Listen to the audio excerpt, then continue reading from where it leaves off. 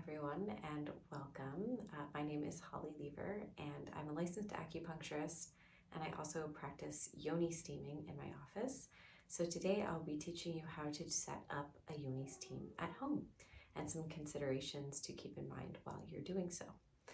So the first thing to know is what kind of materials you need in order to set up your steam. So I have all of those behind me. So here you have some clean water source. So it can be whatever water that you drink in your home. If you have some kind of filter, using the water from that would be great. The other option would be to take water from the tap and then just boil it prior to placing the herbs inside the pot. Then you'll need a pot, which I have right here. This is stainless steel. You can also use ceramic. Those are kind of the two best materials to use for steaming. And then you'll use some herbs. This is one of the blends that I have in my shop, which is rosebudwellness.com/shop. I have 6 different herb blends. This is the Clearing Yoni Steam Blend, which is the one that I use most commonly. It's the most universal blend for most women. It works really well. But obviously have the other blends for a reason. It's not suitable for everyone. Then I have this lovely rose here just to kind of set the scene. And I also have some incense. You can use whatever you want. If you want to burn sage or have a candle, some oils, whatever you want to do to make your steam super special. So the first thing that you'll do is to fill the pot with water, and you fill it about 3/4 of the way full.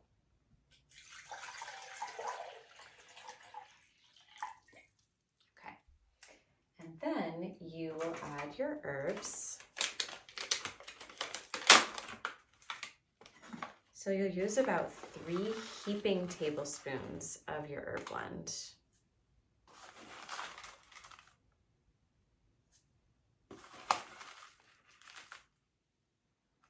Great. And then place the lid on. And this was where you can potentially do things differently than I will be doing it.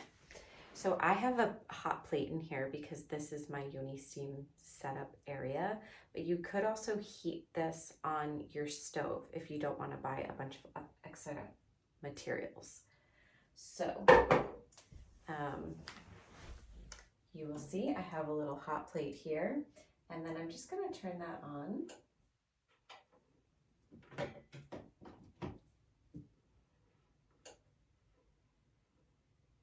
And I don't usually turn it up all the way, especially because most of my blends have some kind of flowers in them, and you don't want them to come to like a really rapid boil really quickly. And then you will boil the herbs for 10 minutes. So while those herbs are boiling, I will share with you the different ways to set up a steam.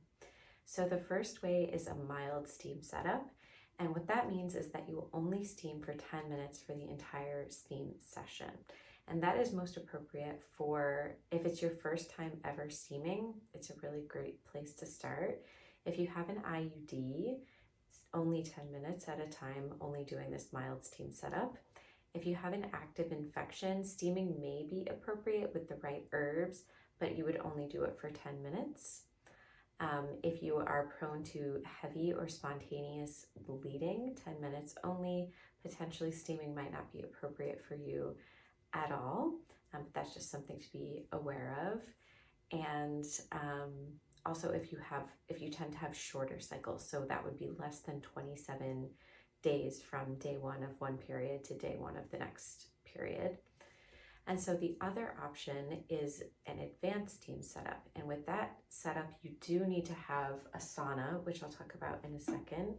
And you do need to have some kind of heat source that you can put underneath the pot throughout your steam session in order for the water to stay warm throughout the entire steam session. So with this initial 10-minute boil, the water will only stay warm for about 10 minutes anyways. And so if you use that method, then that's fine. But if you're wanting to do the advanced steam setup, so for somebody that has cysts, fibroids, endometriosis, really severe PMS or period pain, or like dark blood, lots of clotting, that kind of stuff, that person would want to do a 30 to 45 minute advanced steam setup, and so you would need these additional materials. So the way to set up with a mild steam setup, you have a lot of different options. So the first is you can just heat the herbs and the water on a hot plate or on your stove normally, and then you don't need any additional materials other than the pot and the herbs. And if you were to do that, then you could just take the entire pot and place that into the toilet bowl. So you don't pour the water from the pot into the toilet bowl, you put the entire thing into the toilet. And so you would need to have a sort of handle like this that goes down so that it can fit into the toilet rather than one that goes straight across, or one that had two handles, sort of thing like that. And if you're not into the toilet option, which I've been met with a lot of resistance over the years, that people think it's not so sanitary, and I totally understand. It's also cold. There is the toilet water that's underneath it too. So as a Chinese medicine practitioner, that totally makes sense to me. If it doesn't make sense to you, don't worry about it. So if you're down with doing the toilet, then that's an option. Another option would be to just turn off the burner completely and make sure that it cools down. And then you can use the sauna as you would in an advanced steam setup, but you just don't have the burner on throughout. And then the final option, there's actually lots of other ways that you could set up too, but these are the ways I like to teach best. This option would be basically just staying on the floor. And so you would put the pot, I'm just going to do it so you can see. You would put the pot sort of just underneath your pelvis here. So you would take the lid off prior, and I would not be wearing any bottoms, and I would wrap myself with a towel or a blanket or something like that. And then you just bring your knees onto pillows and you're sort of hovering over the pot. And then you can support your upper body by interlacing your hands together like this. And you could also put a chair here or some cushions if you wanted to be upright, if you didn't have lots of flexibility in your hips. That might be a better option. Yeah, those are all of the ways to set up the mild steam. And then the advanced steam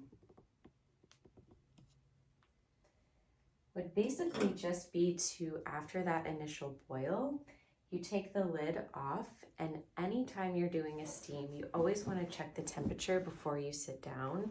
So I usually use my wrist, which is just a very sensitive part of your body.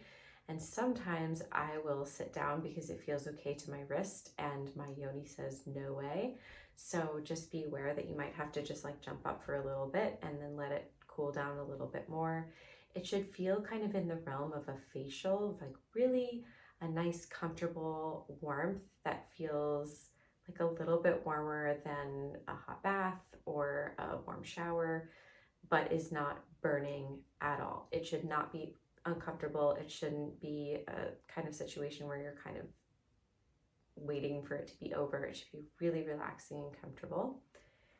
And then you'll basically, it depends on the type of sauna that you have. Kelly Garza, who is Steamy Chick, who is my main teacher, has a marketplace on her website. So it's steamychick.com.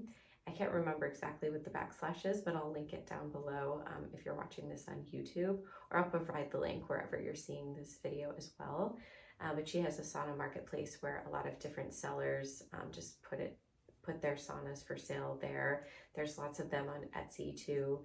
I would recommend not getting a stool, which is basically just sort of a wood opening, and then it has legs like a little chair, just because it would be letting all of the steam out unless you wrapped yourself with a blanket. And in that case, you wouldn't be able really to use the hot plate safely underneath it. So I really like these boxes that are fully enclosed.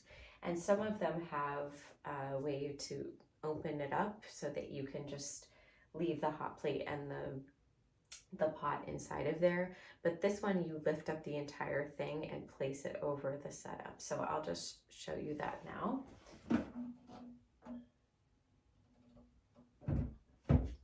So that's it. And then basically you would just sit down over that. And all of the saunas have different styles of what openings they have and different patterns and things like that. So you can choose whatever would work best for you.